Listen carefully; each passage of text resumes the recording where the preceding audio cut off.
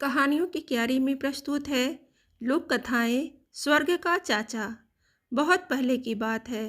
धरती पर 2 सालों तक बिल्कुल वर्षा नहीं हुई। अकाल पड़ गया। अपने तालाब को सूखता देखकर मेढक को चिंता हुई। उसने सोचा, अगर ऐसा रहा तो वह भूखा मर जाएगा। उसने सोचा कि इस अकाल के बारे में स्वर्ग जाकर वहाँ के राजा को बताया जाए।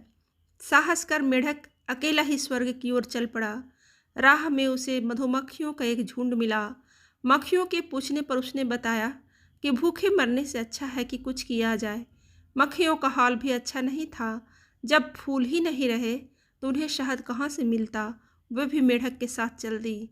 आगे जाने पर उन्हें एक मुर्गा मिला। मुर्गा बहुत उदास था। जब फसल ही नहीं हुई तो उसे दाने कहाँ से मिलते। उसे खाने को कीड़े भी नहीं मिल रहे थे, इसलिए मुर्गा भी उनके साथ चल दिया। अभी वे सब थोड़ा दूर गए ही थे कि एक खूंखार शेर मिल गया। वह भी बहुत दुखी था। उसे खाने को जानवर नहीं मिल रहे थे। उनकी बातें सुन शेर भी उनके साथ हो लिया। कई दिनों तक चलने के बाद वे स्वर्ग में पहुँचे। मेढक ने अपने सभी साथियों को राजा के महल के बाहर ही रुकने को कहा। उसने कहा कि पहले वह भीतर जाकर देख आए कि राजा कहाँ है। मेढक उछलता हुआ महल के भीतर चला गया। कई कमरों में से होते हुए वह एक राजा तक पहुंच ही गया। राजा अपने कमरे में बैठा परियों के साथ बातें कर रहा था। मेढक को क्रोध आ गया। उसने लंबी छलांग लगाई और उनके बीच पहुंच गया। परियां एकदम चुप हो गई। राजा को एक छोटे से मेढक की करतूत देख गुस्सा आ गया।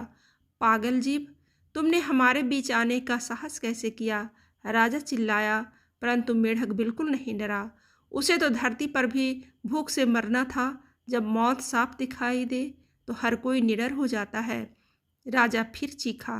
पहरेदार भाग आए ताकि मेढक को पकड़कर महल से बाहर निकाल दें, मगर इधर उधर उछलता मेढक उनकी पकड़ में नहीं आ रहा था। मेढक ने मधुमक्खियों को आवाज़ दी। वे सब भी अंदर आ गई। वे सब पहरेदारों के चेहरों पर डंक मारने लगे। उनसे बचने के लिए सभी पहरेदार भाग गए। राजा हैरान था। तब उसने तूफान के देवता को बुलाया, पर मुर्गे ने शोर मचाया और पंख फड़फड़ाकर उसे भी भगा दिया। तब राजा ने अपने कुत्तों को बुलाया। उनके लिए भूखा खूंखार शेर पहले से ही तैयार बैठा था। अब राजा ने डर कर मेढक की ओर देखा। मेढक ने कहा, महाराज, हम तो आपके पास प्रार्थना करने आए थे। धरती पर अकाल पड़ा हुआ है, हमें वर्षा चाहिए। राजा ने उसे पीछा छुड़ाने के लिए कहा, अच्छा चाचा, वर्षा को भेज देता हूँ। जब वे सभी साथी धरती पर वापस आए तो वर्षा भी उनके साथ थी।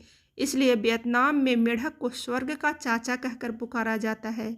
लोगों को जब मेढक की आवाज़ सुनाई देती है तो वे कहते हैं, चाचा आ गया तो वर्षा भी आती ही होगी।